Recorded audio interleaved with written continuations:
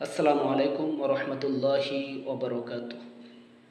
বাংলাদেশের সমস্ত দিনপ্রিয় ইসলামপ্রিয় সমস্ত ভাইদেরকে আহ্বান জানাচ্ছি, আপনারা অতি দ্রুত সমস্ত দল পরিত্যাগ করে ইসলামী দলগুলোর ভিতরে অ্যাটেন্ড করুন।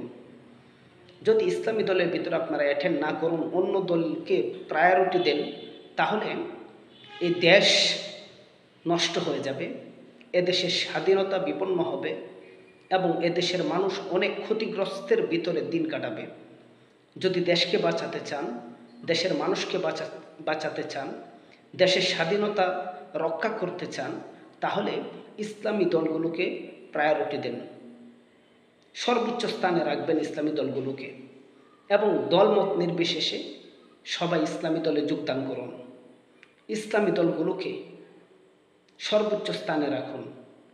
কিভাবে ইসলাম ক্ষমতায় আসতে পারে? কোরআন দিয়ে দেশ পরিচালনা হতে পারে, কোরআন দিয়ে সমস্ত শাসন কার্যক্রম শুরু হতে পারে। এই জন্য ইসলামী দলগুলোকে সর্বোচ্চ প্রাধান্য দিয়ে ইসলামী দলের ভিতরে ঐক্যবদ্ধ হয়ে প্রবেশ করে ইসলামের রাজনীতিকে মজবুত করুন। ইসলামী শরিয়া মোতাবেক ইসলামী দলগুলোকে সর্বোচ্চ প্রাধান্য দিয়ে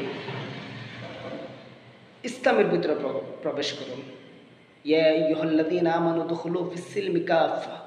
আল্লাহ তাআলা বলেন, তোমরা পুরোপুরিভাবে ইসলামে দাখিল হও। আমরা নামাজের দিক দিয়ে ইসলামে দাখিল হলাম, জাকাতের দিক থেকে ইসলামে দাখিল হলাম, কোরবানির দিক দিয়ে ইসলামে দাখিল হলাম, দান সদকার দিক থেকে ইসলামে দাখিল হলাম, এলম শিক্ষা অর্জনে ইসলামে দাখিল হলাম, শারীরিক নিজের 3.5 হাত বোর্ডের মধ্যে ইসলাম প্রয়োগ করলাম, পরিবার গঠন করলাম, সমাজ গঠন করলাম, কিন্তু রাষ্ট্র গঠন করলাম না, তাহলে পুরাপুরি ইসলামে দাখিল হওয়া বলা যায় না। সুতরাং ইসলামী রাজনীতি বাদ দিয়ে আপনি পুরোপুরিভাবে ইসলামে প্রবেশ করতে পারবেন না। ইসলামে যদি পুরোপুরিভাবে প্রবেশ করতে চান, তাহলে নামাজ যেমন বাধ্যতামূলক, জাকাত যেমন বাধ্যতামূলক, হজ যেমন বাধ্যতামূলক, অন্য অন্য ফরজ আমল যেমন বাধ্যতামূলক, ঠিক ইসলামী রাজনীতিও আপনার আমার জন্য বাধ্যতামূলক। এটা আপনাকে বুঝতে হবে, মানতে হবে। না মানলে আপনি পুরোপুরি ইসলামে দাখিল হতে পারেননি।